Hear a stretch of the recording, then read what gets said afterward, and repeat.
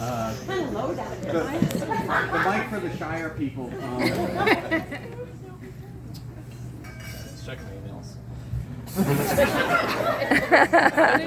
He's just checking emails. Yeah, I'm Chris. No. Yeah, Sarah and I first met in the spring of 1999. This is right around the conflict in Kosovo. I mean, this is just context. It's not really relevant, but so this is a day after the NATO embassy bombing in Belgrade. As we all remember. Although honestly, I was not too aware at the time what was really going on. But you know, since then, Sarah's really been like a sister to me. Yeah, and so you know, as this war in the Balkans starts to come to some form of resolution, Sarah and I are growing up, and a lot of that growing up happens here at Culver.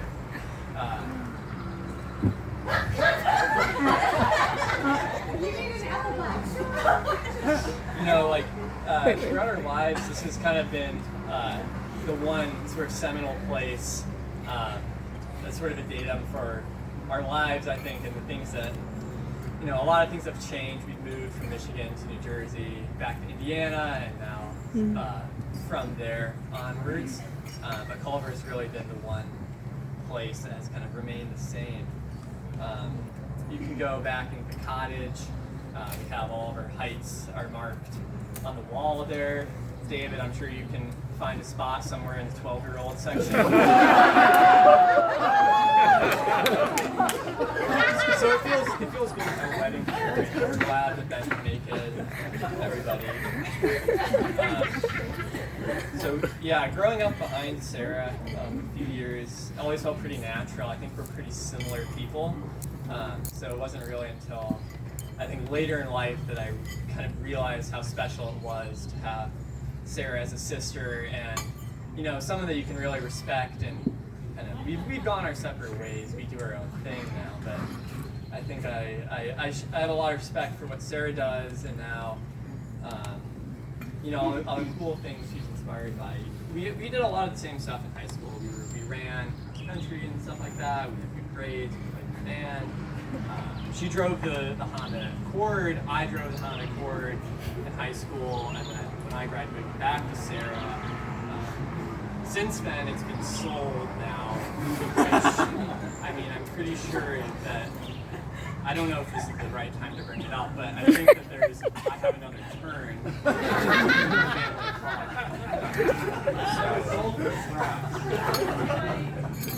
I'll just leave that there. But yeah, Sarah's been a good sister, and I think as I've grown up, I've realized that you don't always get as good of siblings as you might expect. So I've been. Oh, jeez. Anyway, we can skip through that part. I've been very fortunate.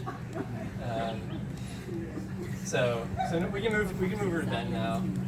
So one of the first times I met Ben was also, I mean, it was probably the same time as my parents, here at Culver. I met him in Chicago, actually, on the way here. And the first things I learned about him was that he was a realtor, and he was a musician. But it really got worse from there. So maybe 2 years ago or something, Ben did Thanksgiving with our family, and that's when his true self came out, and his pure love of goo really emerged. This might be a surprise for a lot of people. I think he keeps it on the wraps, but Ben is a goo fanatic. And, you know, as someone who is joining the family, I accept it, you know, that is my side. It is okay. So yeah, a lot of memories have happened here.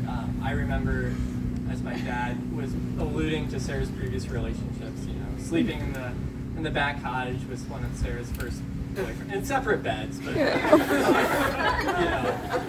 I think now I assume you're married, so now you can probably share the bedroom, but the front room is always open to. You know, hasn't been the same in the past few years over there. So, anyways, I'm getting to the end of the prepared stuff, but so what do we learn from here? What do we take away? Is it, you know, the importance of finding your person, or, you know, bringing people together, or, you know, a sustained NATO alliance bombing campaign? I mean, these are all important components to making peace, but, you know, I think knowing Saren and Ben, and for as long as I have, it seems like, you know, peace will prevail between their two nations. And as a 3/4 American and 1/4 Luxembourgian, you know, I see a peaceful and prosperous future. So I think we're toasting. So. Cheers.